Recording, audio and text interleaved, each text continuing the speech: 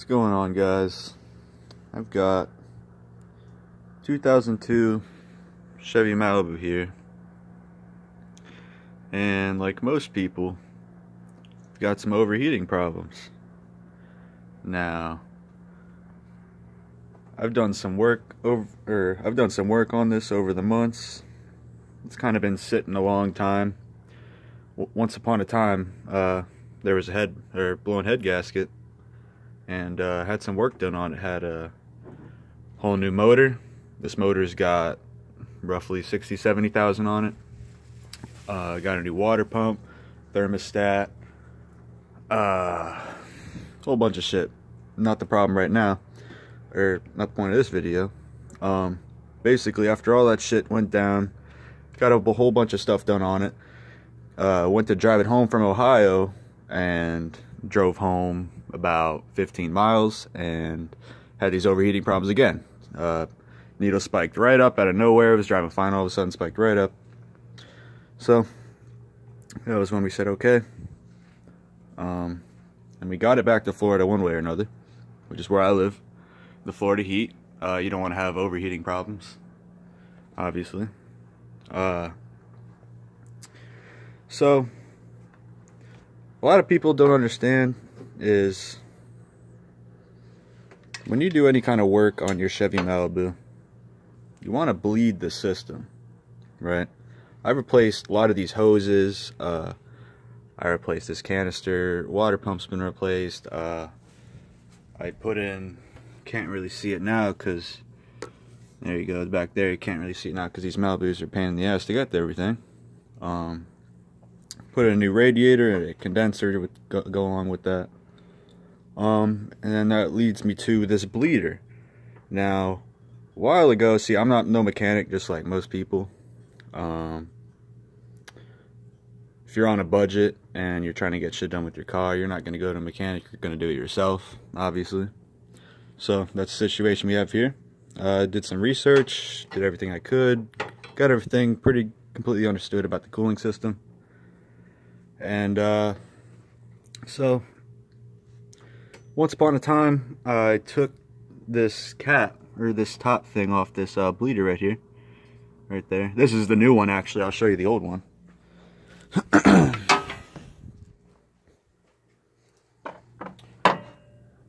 Yeah, so that as opposed to that, right? Okay, so once upon a time, as I've said for the third time, took the top off this bleeder so I could bleed the system. Basically, bleeding the system, once you do any kind of work on your car or even add fluid, you want to bleed it every single time, which, not being very savvy of motors and cars at the time, I never did. You know, you never bleed the system, you don't know about that shit. So, went to go bleed the system with my father one day, and he broke off the top of this valve, the very top, which isn't a big deal. He broke it off so it got stuck in there so he couldn't bleed the system. And this was after we tried bleeding the system, and once again, not very motor savvy at the time. We only bled the system for about 5 or 10 minutes, and I thought that was it. So we put her back on, and that was when we broke it, because it was a brass bolt at the time, and we know brass is a bitch. Broke right off as soon as he put it on, tightened it a little bit, broke completely off. So that was stuck on there, and not even noticing that you could take this right off at the time. So it sat here for like a month, and then I went out there and said, hey, you can just take that right off. So I went to the store, got a new bleeder valve, and put it back on, and it was another brass one. So I said, all right, I got to be careful with this one. They come in, they're coated in this red wax so that you get a pressure fit when you first put it in, and it's real hard to put it on, obviously. And so I broke it on there. This was the second one. This time it's completely worse.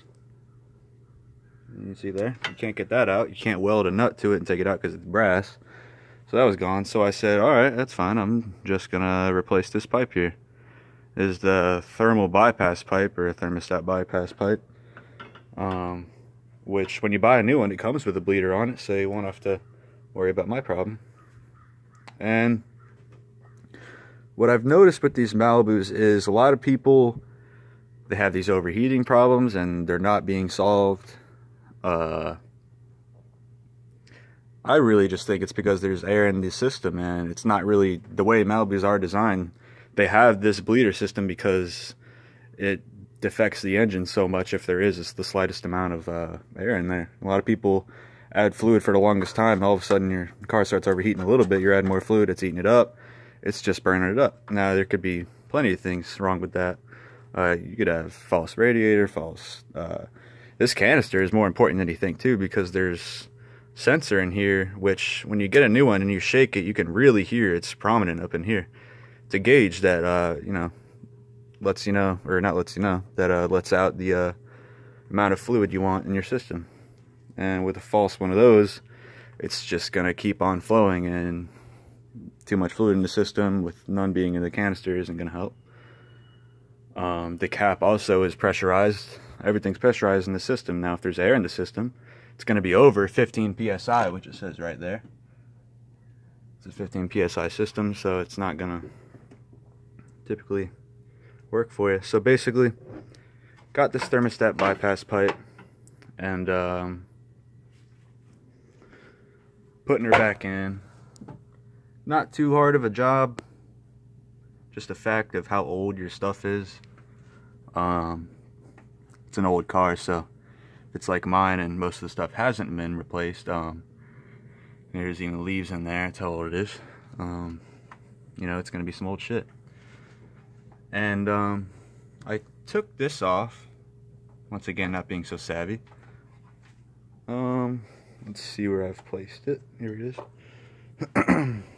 It's whatever this thing is, it's shitty, I'll tell you that much.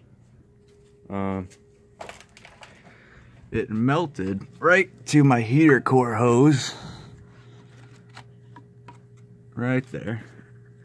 Melted to it and broke it off when I took it off. See, I cleaned up the inside of this with a lighter and a scraper so I could try and fit it back on, but there's no use because this hose is shot up in here. So, not a big deal. Got to go to advanced. Looked up, what's it called? Looked up what the part was called. Not too much money, it was whatever, 15 bucks. I got one of these for like 10 or 15 bucks. So I'm gonna put this out there just to let you guys know about this bleeder valve. Really take advantage of it. You're not gonna solve your problem by avoiding it. It's something you need to do regularly. It's just maintenance of an older vehicle. Older vehicles require more maintenance, unlike these days. Once again, there's a lot of shit that's been replaced. This motor isn't even the original motor, and we're still having overheating problems. Replaced thermostat, water pump, alternator, which isn't relevant. I've just got a new battery. Got all kinds of stuff for it, so it's looking pretty good. A lot of people say the fans, and as long as your fans are turning on when they're supposed to, it's not going to have that much of a significant decrease in temperature, because it's just a fan blowing on your motor. You know, you're doing that while you're driving, so that's not really going to. I mean, they are supposed to turn on once you reach a certain temperature. So if they're not, you need to either replace sensors, or you could just get a bypass. And I've seen videos on it. I don't need one, so I didn't really mess with it. But you just uncover this, and you just get a new plug, and you can create a little bypass. It's real easy. You can look it up on YouTube. And so as soon as you start on your car, or you could even wait until it... anyways. Yeah, so fans, fun. So that's that. And I'm gonna put all this back together and see if she's running well again. Hopefully. Also, this heater core hose back here, you can see where it, there you go, you see where it goes in down there. This is the original hose, so it's kind of melted on there, which is a bitch because I have to replace this later today. So I'll be having fun with this. Got that clamp off and I thought my troubles are over. but that thing is melted on there because of so much heat, constant overheating, which could further damage your engine if not treated. So I'm gonna repair all this hopefully by tomorrow, the next day, and I'll have some more information for you. So bleed your system, make sure your car's at a upward tilt or level, at least make it level, so you have the highest point of the engine, which is this position right where my fingers are at. You want it high so that all of the air in your engine or cooling system will rise to there and it'll bleed out. You want to bleed it for 15-20 minutes, maybe even longer, it don't matter, until you see a constant flow of water or coolant coming out. Once that's good, your car is bled and there's the correct amount of pressure in the system so that it can operate right. And yeah, these Chevys are fun. I will definitely never get another one of these. But definitely good cars. Good motor, runs very nice. Gotta love them. Just wish they weren't such a pain. So give me some feedback, guys, if you can even give me some tips. I'll take anything right now, because as of the publish of this video, she is still overheating. So any tips help. Thanks.